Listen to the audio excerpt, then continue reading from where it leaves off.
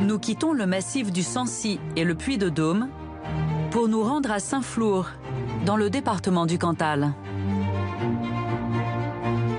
Capitale de la Haute-Auvergne, la ville est située à 900 mètres d'altitude, sur le plateau volcanique de la Planaise. Il est dominé par le plomb du Cantal. C'est un des plus vieux volcans d'Auvergne. Il s'est formé il y a près de 3 millions d'années.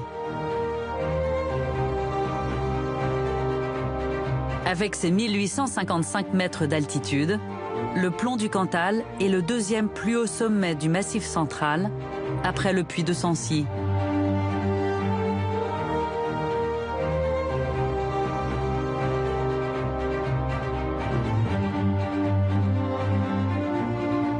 Plus au sud, perché sur un promontoire volcanique, Saint-Flour, surnommé la Cité des Vents, cultive son caractère montagnard.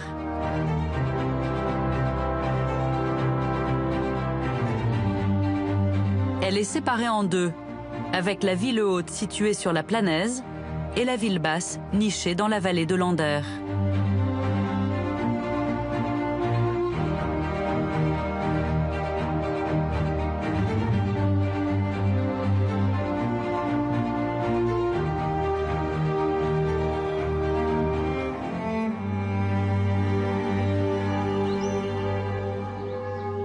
Au pied des remparts, sur le chemin qui relie la ville haute à la ville basse, nous avons rendez-vous avec Sandrine Doreille.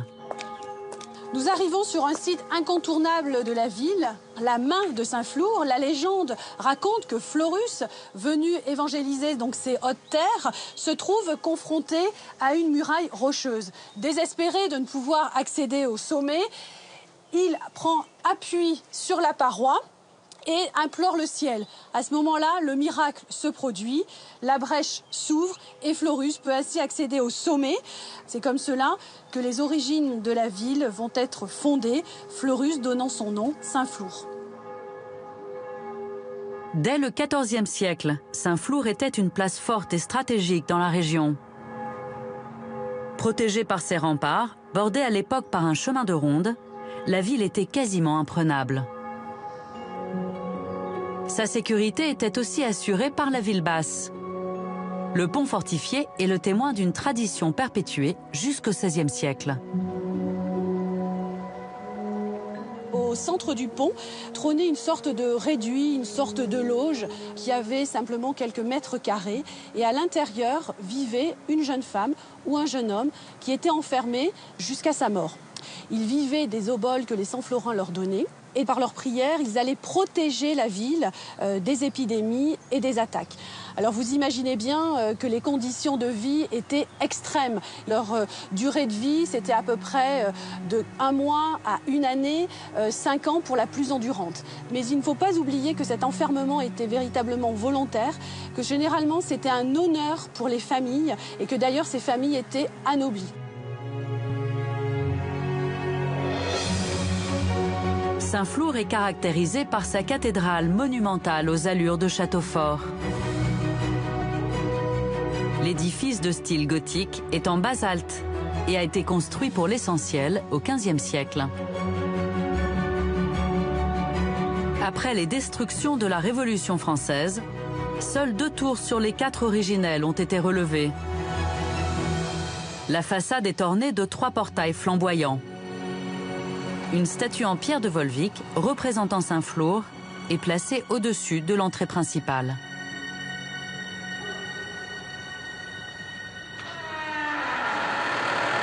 Derrière cette porte, nous pénétrons maintenant à l'intérieur de la cathédrale Saint-Pierre. Nous sommes ici dans une partie très précise de l'édifice. Il s'agit du narthex.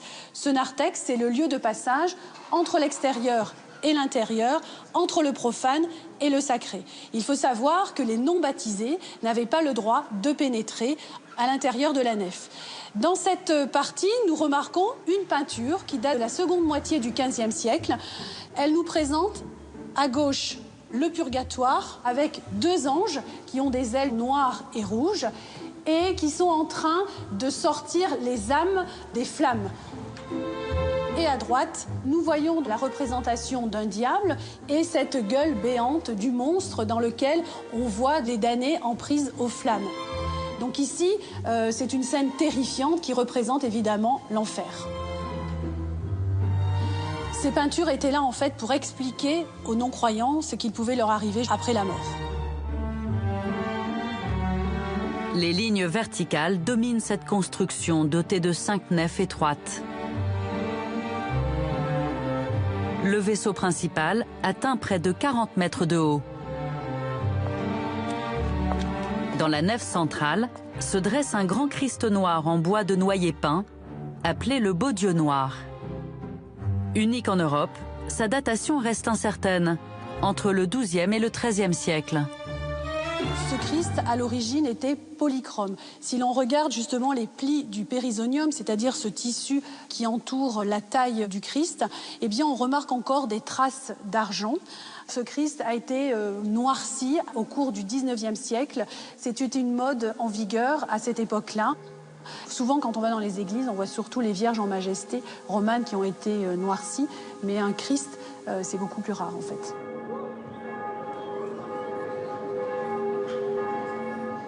Les ruelles de Saint-Flour abritent de nombreux hôtels particuliers. Leurs façades témoignent de la richesse de l'ancienne noblesse locale. À 2 pas de la cathédrale, Sandrine Doreille nous ouvre les portes d'une de ses demeures les mieux conservées.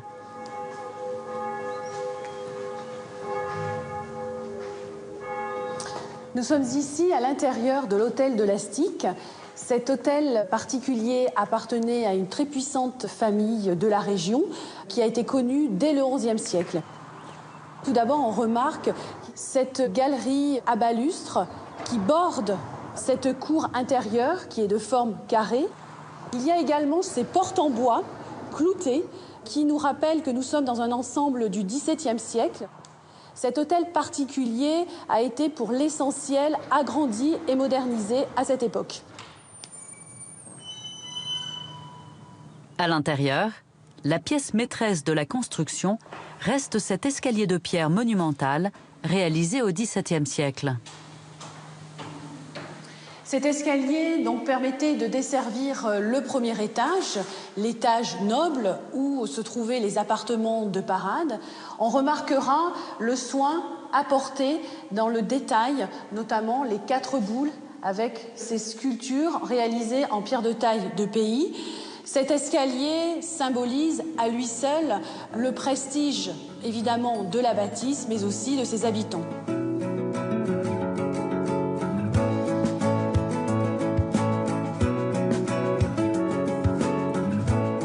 À l'arrière de la ville s'étend le vaste plateau de la Planaise. Cette terre volcanique a longtemps été le terroir idéal pour les lentilles blondes de Saint-Flour. Complètement disparues dans les années 60, ces cultures font leur retour depuis une quinzaine d'années.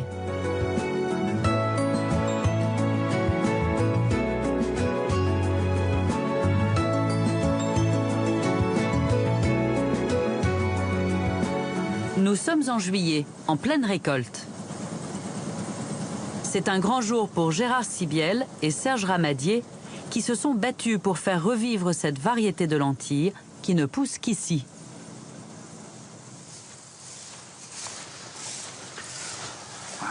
Elles sont bien sèches. Ah oui. Un craque sous la dent, donc il n'y a aucun souci. Pas de problème. On est reparti vraiment de zéro. C'est vrai que ça nous tient énormément à cœur de la revoir vivre. Et c'est aussi une philosophie du produit dans le sens où nous n'avons pas d'engrais, pas de pesticides. Donc je pense qu'on est dans l'ère du temps aussi de la nouvelle consommation. Et donc c'est vraiment une renaissance et une résurrection pour notre lentille.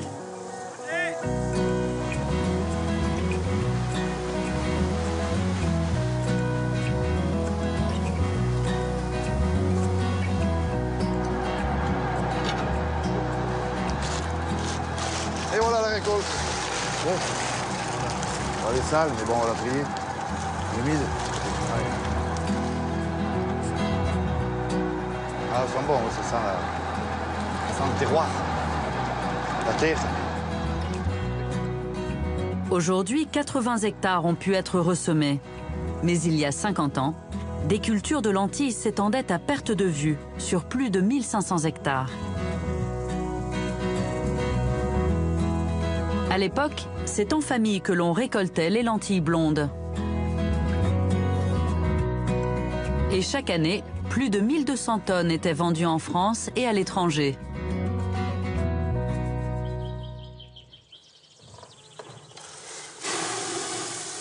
La résurrection de la lentille blonde de Saint-Flour n'aurait pas pu se faire sans Gérard Sibiel.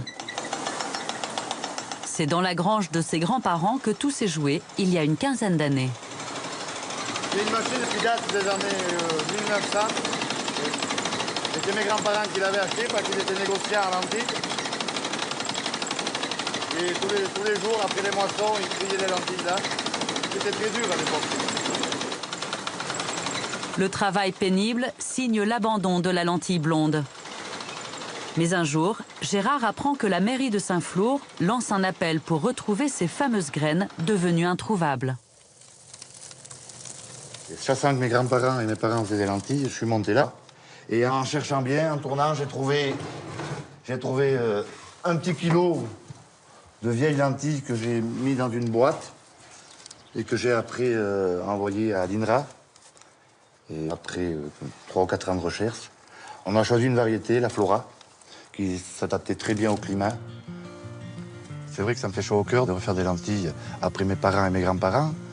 En montant là, j'ai pu relancer le produit et aujourd'hui, je suis très content, c'est formidable.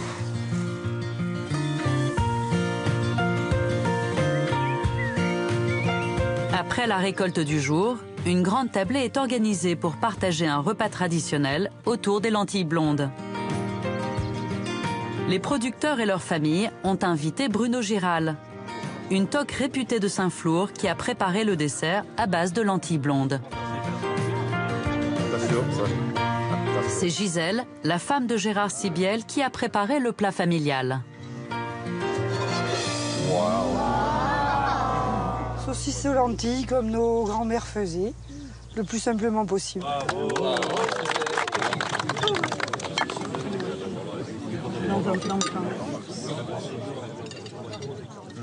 Extra. L'authenticité. Il n'y a pas mieux. Non, non. Super. On retrouve ce goût châtaigne, ce côté noisette qui est propre à la lentille blonde de Saint-Flour. On est encore dans un pays qui a cette authenticité et il faut qu'on la préserve, c'est vraiment une nécessité. Le dessert est réalisé à base de confiture de lentilles blondes, une création du chef Bruno Giral. Dans la confiture, on retrouve un peu le grain, donc ça va donner un petit croquant qui sera intéressant. Il a réalisé un nouvel entremets qu'il propose à la carte de son restaurant. Voilà. Donc on a une ganache au chocolat, un biscuit, une ganache au chocolat et une mousse au chocolat. Et la confiture de lentilles qui est intégrée dans l'ensemble des produits.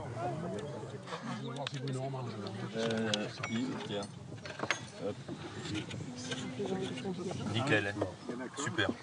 Le mélange du chocolat avec la confiture de lentilles, ça se marie très bien. J'ai essayé cette fabrication avec d'autres types de lentilles. On n'a pas du tout le même résultat. Donc ce résultat-là est vraiment propre à la lentille blonde de Saint-Flour. C'est le résultat d'un travail de plusieurs semaines et de mois, d'une culture qui s'achève dans une assiette et c'est vraiment un plaisir à les déguster. Ils sont vraiment exceptionnels.